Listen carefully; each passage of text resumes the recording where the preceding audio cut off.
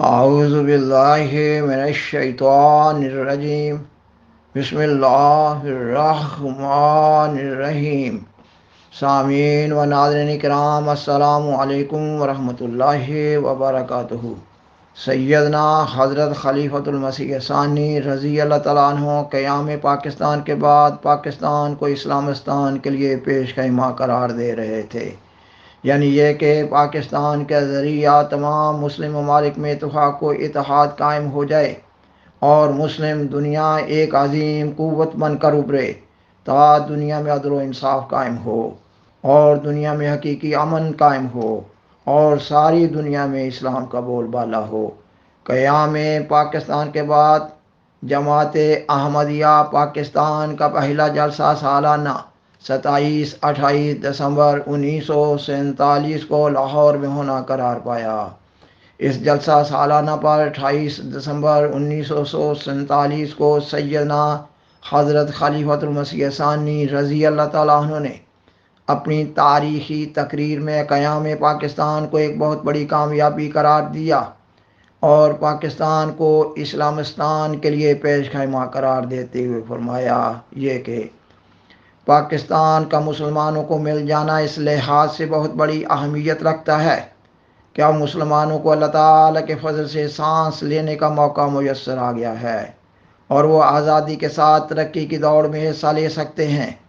اب ان کے سامنے ترقی کے اتنے غیر محدود ذرائع ہیں کہ اگر وہ ان کو اختیار کریں تو دنیا کی کوئی قوم ان کے مقابلہ میں ٹھہر نہیں سکتی اور پاکستان کا مستقبل نہایت ہی شاندار ہو سکتا ہے۔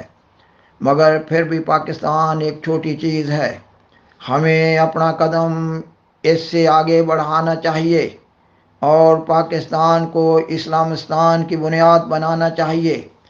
بے شک پاکستان بھی ایک اہم چیز ہے، بے شک عرب بھی ایک اہم چیز ہے، بے شک حجاز بھی ایک اہم چیز ہے، بے شک مصر بھی ایک اہم چیز ہے، بے شک ایران بھی ایک اہم چیز ہے، مگر پاکستان اور عرب اور حجاز اور دوسرے اسلامی ممالک کی ترقیات صرف پہلا قدم ہے۔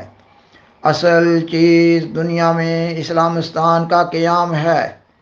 ہم نے پھر سارے مسلمانوں کو ایک ہاتھ پر اکٹھا کرنا ہے، ہم نے پھر اسلام کا جھنڈا دنیا کے تمام ممالک میں لہرانا ہے، ہم نے پھر محمد رسول اللہ صلی اللہ علیہ وسلم کا نام عزت اور آبرو کے ساتھ دنیا کے کونے کونے میں پہنچانا ہے۔ ہمیں پاکستان کے جھنڈے سے بلند ہونے پر بھی خوشی ہوتی ہے، ہمیں مصر کے جھنڈے بلند ہونے پر بھی خوشی ہوتی ہے، ہمیں عرب کے جھنڈے بلند ہونے پر بھی خوشی ہوتی ہے، ہمیں ایران کے جھنڈے بلند ہونے پر بھی خوشی ہوتی ہے، مگر ہمیں حقیقی خوشی تب ہوگی جب سارے ملک آپس میں اتحاد کرتے ہوئے اسلامستان کی بنیاد رکھیں۔ ہم نے اسلام کو اس کی پرانی شوکت پر قائم کرنا ہے، ہم نے خدا تعالیٰ کی حکومت دنیا میں قائم کرنی ہے، ہم نے عدل اور انصاف کو دنیا میں قائم کرنا ہے اور ہم نے عدل اور انصاف پر مبنی پاکستان کو اسلامک یونین کی پہلی سیڑھی بنانا ہے۔ یہی اسلامستان ہے جو دنیا میں حقیقی امن قائم کرے گا اور ہر ایک کو اس کا حق دلائے گا۔ جہاں روس اور امریکہ فیل ہوا، صرف مکہ اور مدینہ ہی انشاءاللہ کامیاب ہوں گے۔ یہ چیزیں اس وقت ایک پاگل کی بڑھ معلوم ہوتی ہیں، مگر دنیا میں بہت سے لوگ جو عظیم الشان تغیر کرتے رہے ہیں وہ پاگل ہی کہلاتے رہے ہیں۔ اگر مجھے بھی لوگ پاگل کہہ دیں تو میرے لیے اس میں شرم کی کوئی بات نہیں۔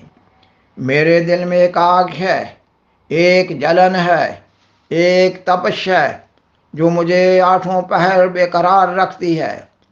میں مسلمانوں کو ان کی ذلت کے مقام سے اٹھا کر عزت کے مقام پر پہنچانا چاہتا ہوں۔ میں پھر محمد رسول اللہ صلی اللہ علیہ وسلم کے نام کو دنیا کے کونے کونے میں پھیلانا چاہتا ہوں۔ میں پھر قرآن کریم کی حکومت دنیا میں قائم کرنا چاہتا ہوں۔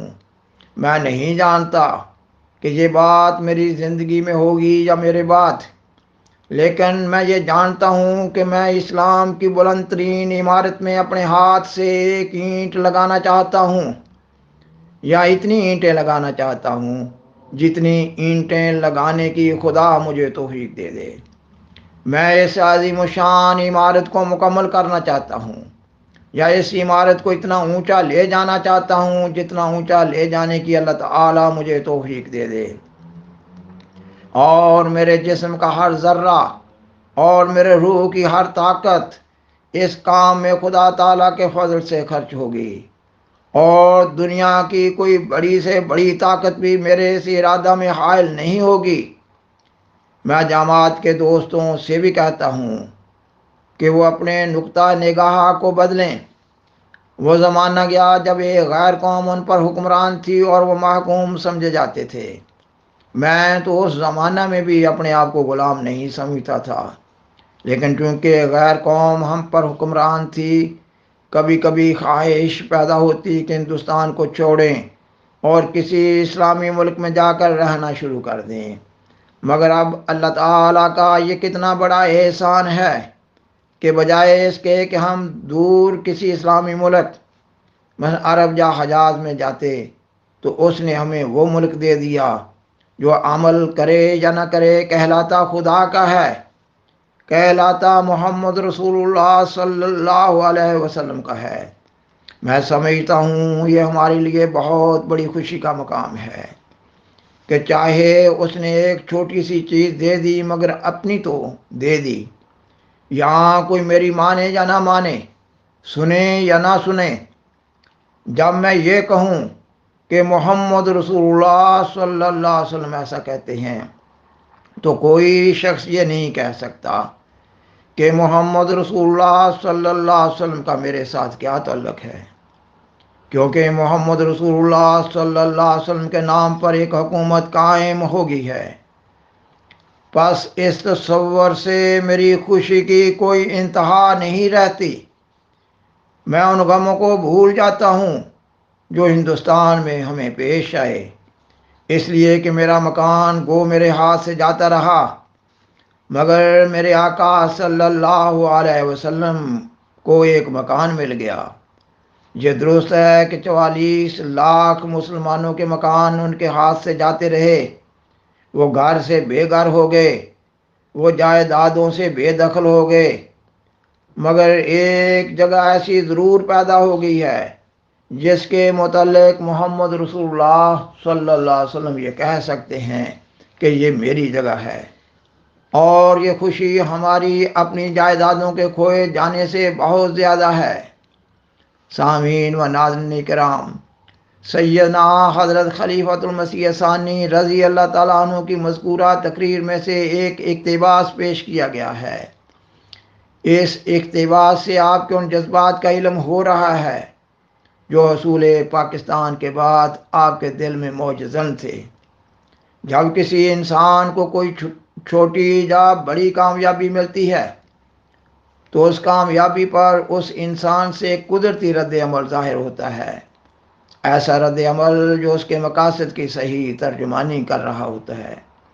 سیدنا حضرت خلیفۃ المسیح ثانی رضی اللہ تعالیٰ عنہ اپنی اس مذکورہ تقریر میں جن جذبات کا اظہار کر رہے ہیں، ان میں کسی قسم کی ملاوٹ یا بناوٹ کا کوئی سوال ہی پیدا نہیں ہوتا۔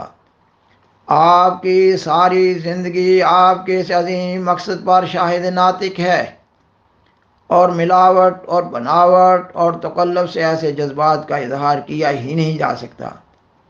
جماعت احمدیہ کی زندگی کا مقصد ہی یہ ہے کہ دنیا کو اسلامستان بنایا جائے۔ آپ اپنے اس عظیم مقصد کے حصول کے لیے اپنی ساری زندگی اپنی جماعت میں علم و عمل کی روح کو بڑھانے کے لیے کوشاں رہے، یہ کہ دنیا کو اسلامستان بنایا جائے، اور آپ کی جماعت خلافت احمدیہ کی قیادت اور نگرانی میں اپنے اس عظیم مقصد کے لیے دنیا بھر میں کام کر رہی ہے۔ مگر افسوس کی بات ہے کہ قیام پاکستان کے فوراً بعد سے پاکستان اچھی قیادت سے محروم ہے۔ اس وجہ سے پاکستان عدم استحکام کا شکار ہے، اور پاکستان کے لوگ ان برکات روحانیہ سے محروم ہیں جو جماعت احمدیہ میں شامل ہو کر ملتی ہیں۔ سامعین و ناظرین کرام، بالآخر درخواست ہے کہ اس پروگرام کو دوسروں سے شیئر کریں اور عذرا کرم اس چینل کو سبسکرائب کریں۔